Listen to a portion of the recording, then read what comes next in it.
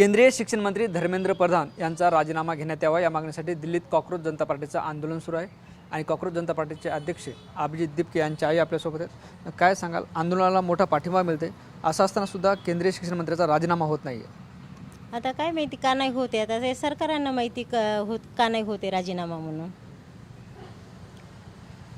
आपण बघतोय काल जे आहे ते मध्यरात्री सोनम वांगचुक यांनी उपोषण माग घेतले. खरं तर त्यांचं असं म्हणणं होतं की जोपर्यंत राजीनामा होणार नाही तोपर्यंत मी उपोषण माग घेणार नाही. होतं त्यांचं म्हणणं, पण त्यांची तब्येत खराब होत चालली होती ना. आज 26-27 दिवस झाले ते उपोषणला होते, तर त्यांची तब्येत मेन आहे ना. राजीनाम्याचं तरी काय, पण त्यांची सोनम सरांची तब्येत मेन होती ना. पोरांना त्यांचंही टेन्शन आलं होतं, बाबा सरांना काय होईल काय नाही, उपोषण सर काही सोडत नाही. अभिजितनी त्यांना मागेच म्हटले होते सर उपोषण सोडा, तर सरांनी काही सोडलं नव्हतं. आता त्यालाही चांगलं वाटलं की सरांनी उपोषण सोडलं म्हणून. आज आम्हालाही बरं वाटलं, सकाळीच बातमी बघितल्यावर चांगलं वाटलं बाबा सरांनी उपोषण सोडलं म्हणून. पण आज जे आहे ते अभिजितनं अशी भीती व्यक्त केली की सरकार जे आहे ते कॉक्रोच जनता पार्टीच्या काही लोकांना अटक करू शकतं. हो, तो म्हटला तसा, एक रील आली त्याची की अटक होऊ शकतं. आता काय माहीत कशामुळे म्हटला, त्याला काही कल्पना आली असेल त्याच्यामुळे तो म्हटला असेल की मला अटक होऊ शकते म्हणून. आता सरकार काय काय करतं त्याच्यावर अवलंबून आहे. आता खरंच असं झालं तर काय वाटतं आहे म्हणून?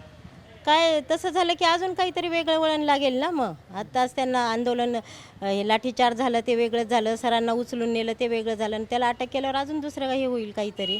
काय सांगावं मग आता हे सरकार काय काय करतं इथं. म्हणजे जर खरंच अटक झाली तर आंदोलन वाढेल असं वाटतं? वाटतं असं, तर पोरांच्या मनावर आहे, पोरं काय निर्णय घेतील. तर तुमचं कधी बोलणं झालं? मी रात्री 1:30ला बोलले त्याला सलाईन वगैरे लावलेल्या होत्या.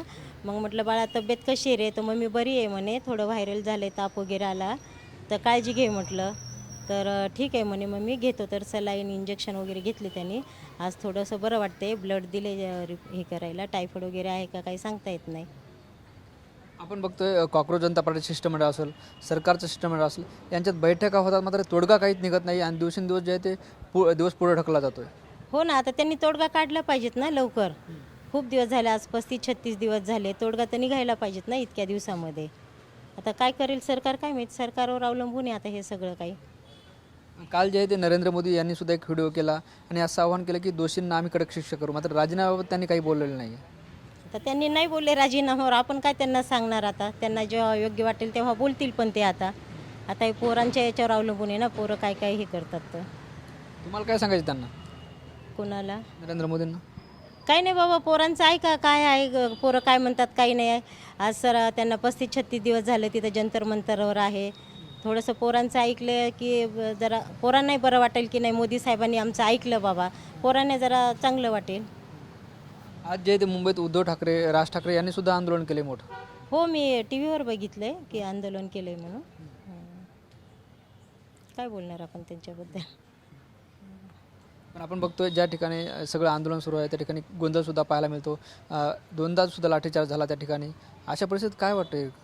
नाही, लाठीचार्जची तर भीतीच वाटते ना. लाठीचार्ज व्हायलाच नको पाहिजेत. लाठीचार्ज म्हणले की भीती वाटायला लागली. त्या दिल्लीच्या याच्यापासून तर तसा लाठीचार्ज भयान तर कुठंच नाही व्हायला पाहिजेत. सरकारने याची लवकर नोंद घ्यावी ना. लाठीचार्ज न होण्यापेक्षा काय तर लवकर मार्गी काढावं. पोरांचं म्हणणं आहे का, तर लवकर मार्गी काढावं त्यांनी.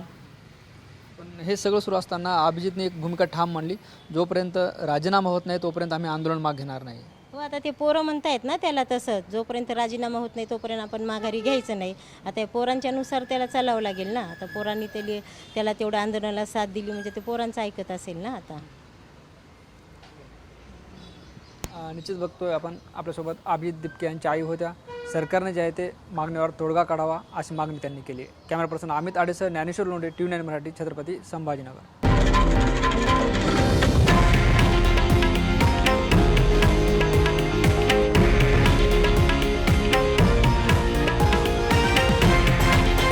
हे आहे देशातील नंबर 1 न्यूज नेटवर्क आणि आपण पाहत आहात TV9 मराठी, एकमेव.